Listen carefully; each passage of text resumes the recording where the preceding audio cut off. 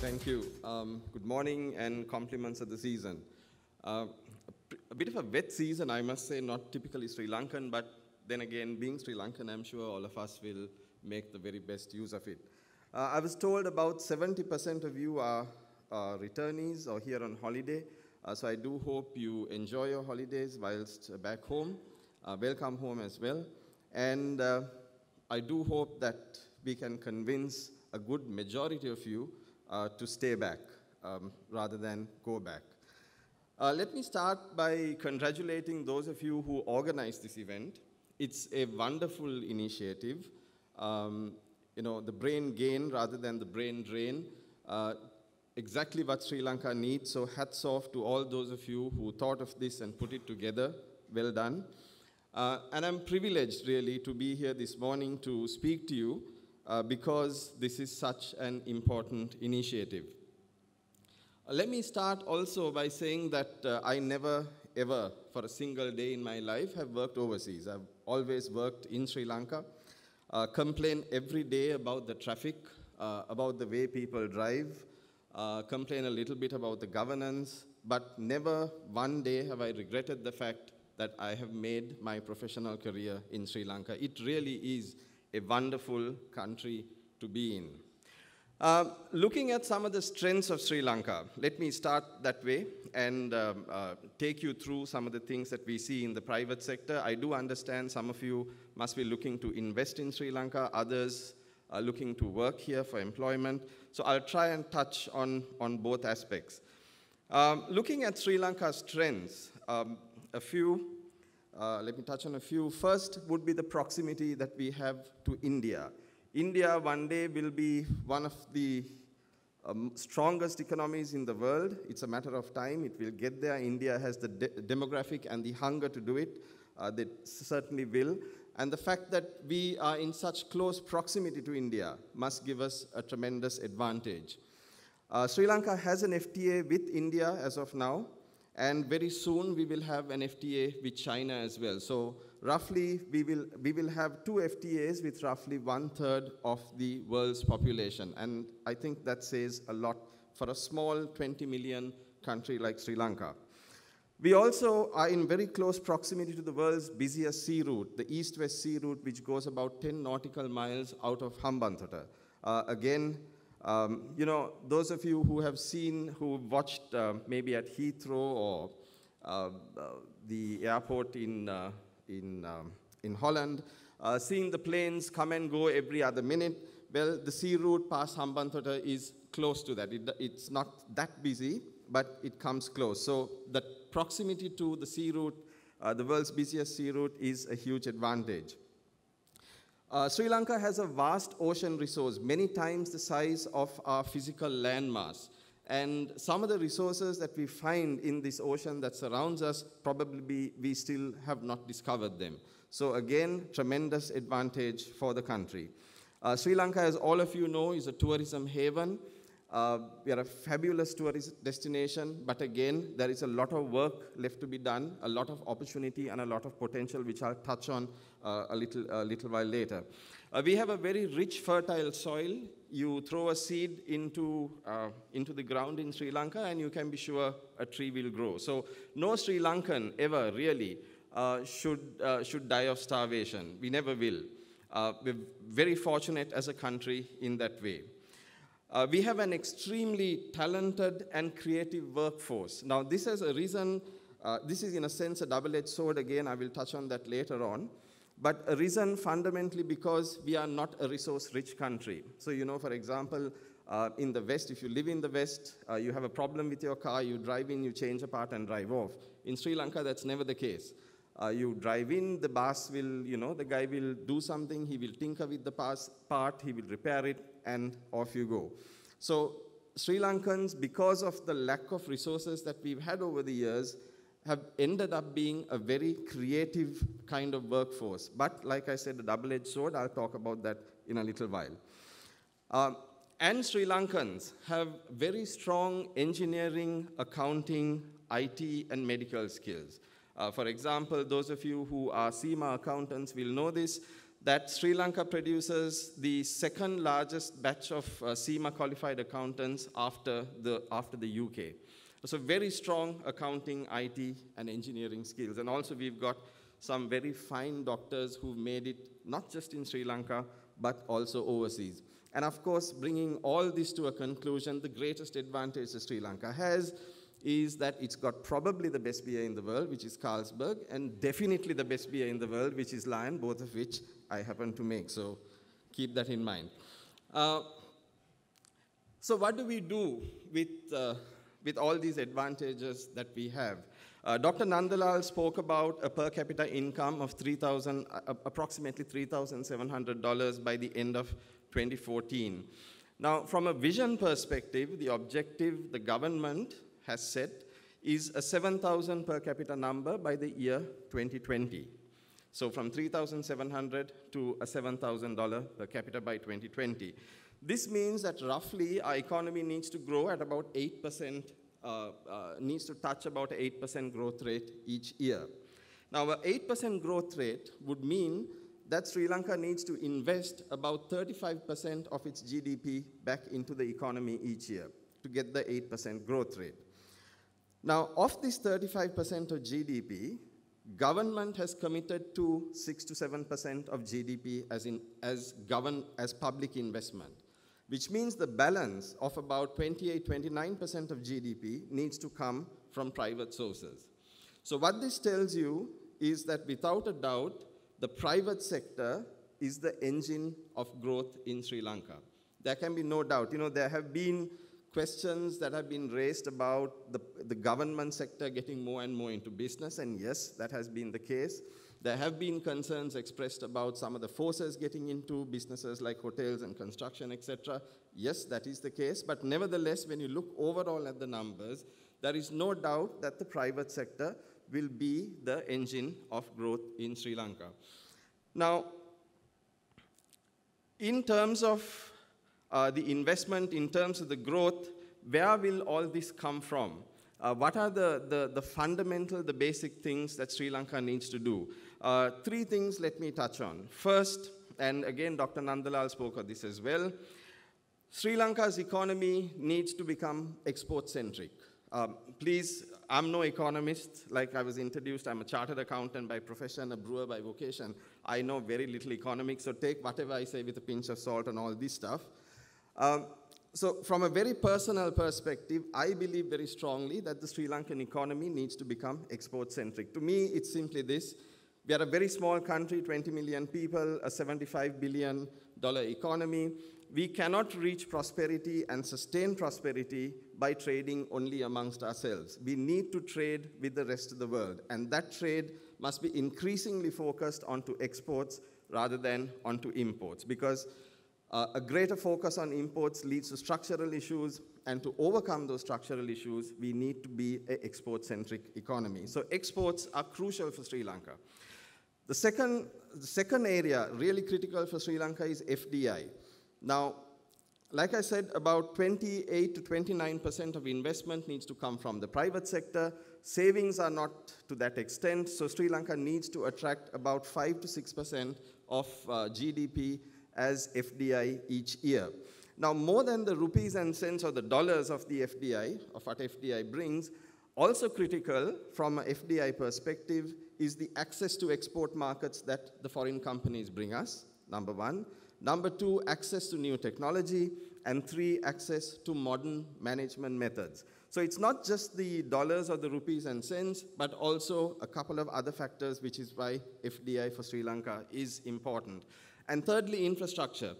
All of you know that of late, there has been a huge focus on infrastructure. We built new roads, we built a lovely new port in Colombo, there is one in Hambantota, airports, power, etc. But nevertheless, that process needs to be followed through. There's a lot more work to be done. Yes, we have 2 highways, but many more need to come. The road system, even beyond the highways, needs to be improved, expanded. We need to invest in public transportation. We need to invest in healthcare. We need to invest in education. We need to continue to invest behind power because although we don't have power cuts today, the quality of power may not be what we require in Sri Lanka. So still, there is a huge emphasis that requires to be placed on infrastructure. Now, of these, now I'm speaking to those of you who would like to invest in Sri Lanka rather than just look at employment. On the export side, 3 areas that I would really pick and focus on. Don't look at markets that are large or where you need to compete on the basis of cost. Sri Lanka very quickly will reach high cost of production because we have a small population. So people will get to full employment very quickly, labor costs will rise, and so cost-based export business in Sri Lanka not necessarily sustainable. Look for small niche markets where volumes may be small, but where margins are high. So if you want to focus on an export business, look for those niche markets, look for markets where margins are high.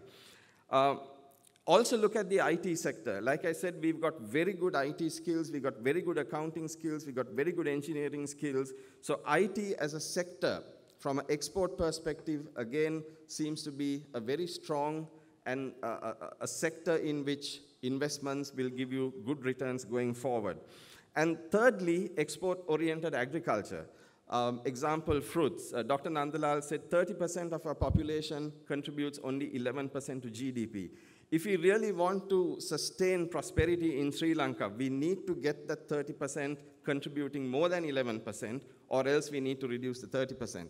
So there's got to be a lot of work done on the agriculture side. We need to modernize in agriculture, and there is a lot of scope and a lot of potential. So export-oriented agriculture is also a sector that has tremendous potential. Now, so that's on the export side, but within Sri Lanka, if you look within, what are the sectors that might grow going forward? Now, fundamentally, when you look at this 4,000 to 7,000 per capita income from 2014 to 2020, the growth is going to come mainly from the urban sector. Growth within the urban sector plus urbanization also taking some of the incomes. So when you look at it from that perspective, what are the sectors that are likely to grow going forward? Definitely the FMCG category. From beer to biscuits to personal care items to whatever, all FMCG businesses are likely to grow. Branded items with brand names, with badge value, these are things that will pick up going forward. Retail, another key sector that will grow with per capita incomes rising to that $7,000 level. Entertainment, another area which we see tremendous potential. Education and healthcare. Education, particularly when it comes to things like vocational training. Big dearth in Sri Lanka, a big void that needs to be filled. Sri Lanka needs a lot of people who can do the plumbing, the electrical work. We have people, it's not that they don't have too much qualification behind them. And so the quality of work sometimes not very good. So there is scope, there is big gap in that area that needs to be filled. And so there is scope for improvement. Health services, Sri Lanka is an aging population on the one hand, and on the other hand, with rising incomes, people are going to look for different types of healthcare services. So this again is a sector that is likely to grow. And of course, construction. You see a lot of construction work going on in and around Colombo. That will continue, and I believe that will also go out of Colombo. So construction, again, is a sector that's likely to grow.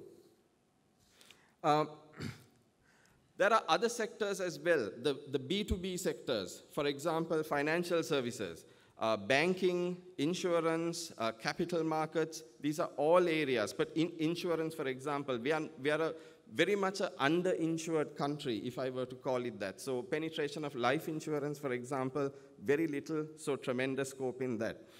Logistics and supply chain related services, including warehousing, end-to-end logistics. Sri Lanka will, with growth in the economy, with goods needing to be transported, with the export orientation that we need to have, with the 5-hub strategy, which Dr. Nandalal spoke of, all these means that logistics is going to be a critical sector for Sri Lanka. Renewable energy. Another area that has potential, today power is supplied almost exclusively by the government, and that will change going forward, and I think the focus going forward will also be on renewable, because that's the way the world is also moving. Green manufacturing, export manufacturing, IT and communications, these are all things that will see growth. Let me touch a little bit on tourism. All of us know Sri Lanka is a wonderful country for tourism, but our tourism product has been based on two things. One is cultural, based on our ancient cities like Anuradhapura, Polonnaruwa, Kandy, and the other is on the beaches. Now, if you just take on the beaches alone, the product that Sri Lanka offers is fundamentally two things: sunbathing and a dip in the ocean. That's it.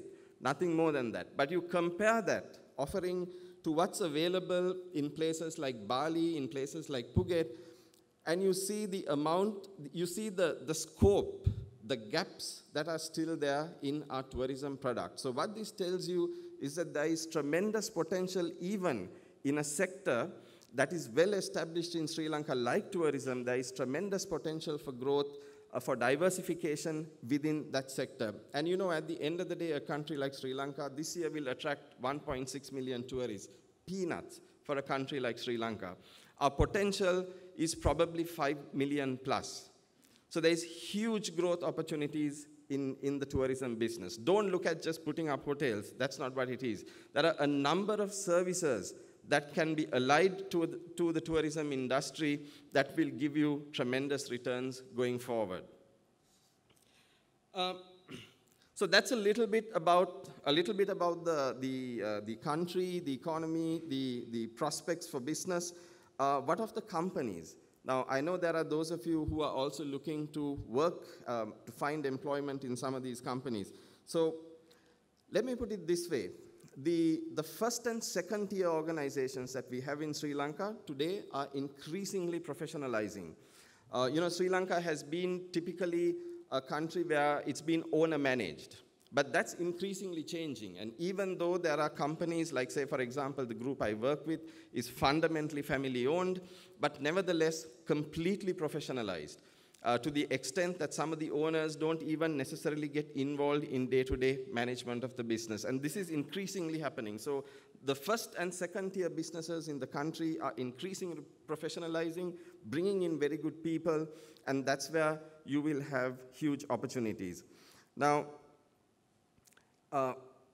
we use new management techniques. We're really up to date in terms of new management techniques. We use the best software systems in the world, so you will find that software systems like SAP and Oracle are very widely used in Sri Lanka. Sometimes I wonder whether it's too much, you know, the amount that you got to spend on some of these systems in terms of the revenues and the profits that the Sri Lankan businesses generate. I really don't know it, but nevertheless, we do use it. Manufacturing is increasingly becoming state-of-the-art. For example, if you come to the company where I work, we are a 30 billion business in Sri Lanka right now. We employ only 200 people. End to end, every single bits of the company, only 200 people, fundamentally because we are completely automated. So the technology is really state-of-the-art. And it's not just us. Many companies are moving in this direction. So you would see that the first and second tier companies in Sri Lanka are increasingly becoming as good as their counterparts anywhere in the world. Now, having said that, what is also true is that the first two layers in these companies are extremely good.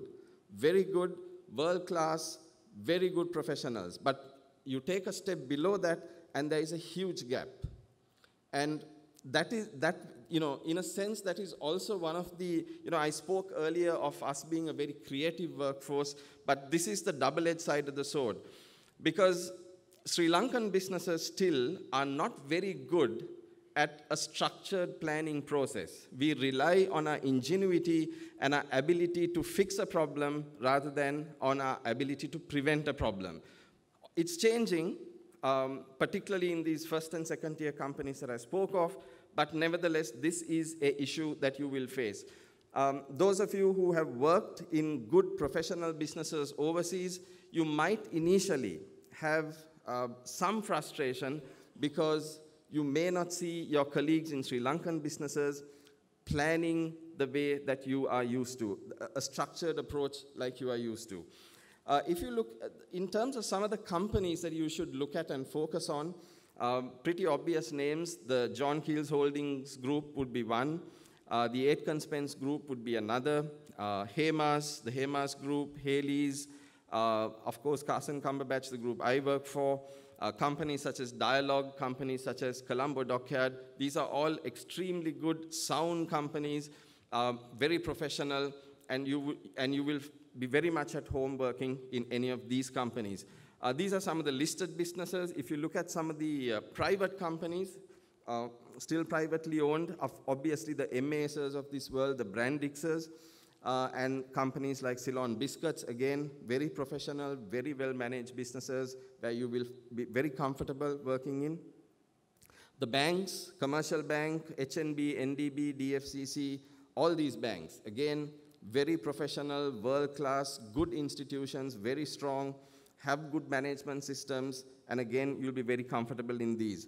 Amongst the multinationals, of course, HSBC, Standard Chartered, Nestle, Unilever, Ceylon Tobacco, lots of these companies been in Sri Lanka for many years. So they bring the best of both worlds. They bring the good practices of the multinationals, and they're also Sri Lankan. So it's a nice mix in some of these companies.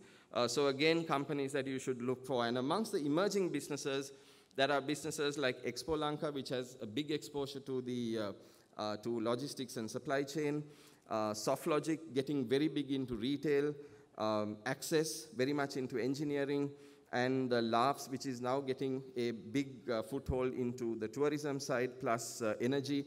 So these are some of the emerging businesses, the emerging companies that you might want to consider. So a lot of pluses on Sri Lanka and on the companies. If I was to sort of give you a few of the challenges that we face, firstly, as a business, the one real point that I would make about Sri Lankan businesses is that we are still not the most competitive in the world. And there's a good reason for this. I mean, leave aside the Masters and the Brandix kind of companies because they've got exposure to foreign competition, so they are in a different class. But if you take the local businesses, because we've not faced up to competition, or to very strong competition on a day-to-day basis, we may not be the most competitive businesses that you find. So that could give you a level of frustration when you initially start to work. But it's changing. Again, a lot of these are changing. We are in that period of transition, so these are some of the things that you need to live with in a sense, at least for a few years. As a country, what are the challenges, the weaknesses that we have? There are times when you got to work with government and government institutions that it's not necessarily easy to do business. So if you want to get a building permit, for example, to put up a building, it can take you up to 6 months, it can take you even up to a year, and this can be extremely frustrating. So there are ease of doing business issues. The best way to get over this is to work in a sector where you don't have to deal too much with government. So the IT sector is one of those sectors where you don't need to deal so much with government, then your life is generally pretty easy. As an emerging economy, nothing unusual really, but nevertheless prevalent, it may depend on who you know rather than what you know. Again, like I said, part and parcel of working in an emerging economy, but this is something that you might need to keep in mind. Institutional governance and law and order, there are challenges, there are issues that we need to look at, but again, like I said, part and parcel of an emerging economy. Keep in mind two things. Always watch the oil price, and secondly, watch the US interest rates. These play a very critical role in terms of the Sri Lankan environment. Our economy is very linked to oil prices and also reasonably linked to US interest rates. So keep a watch on those. Look at the trends because they have an impact on Sri Lanka. So, should you come back? Like I said, I've never lived overseas, I've never worked overseas, and I've never regretted it ever. It's a wonderful country. We've got incredible potential as a nation, just a 20 million population, but because of those advantages that I spoke of earlier, Sri Lanka has incredible potential. And I think with the end of the war in 2009, and Sri Lanka being poised for its next leap forward, this is the time for you really to get on board. So to all those of you who are here from overseas and looking at the opportunities of working in Sri Lanka, of coming back to Sri Lanka, I tell you, take the risk now, take the chance now. You're never going to regret it ever. Thank you very much.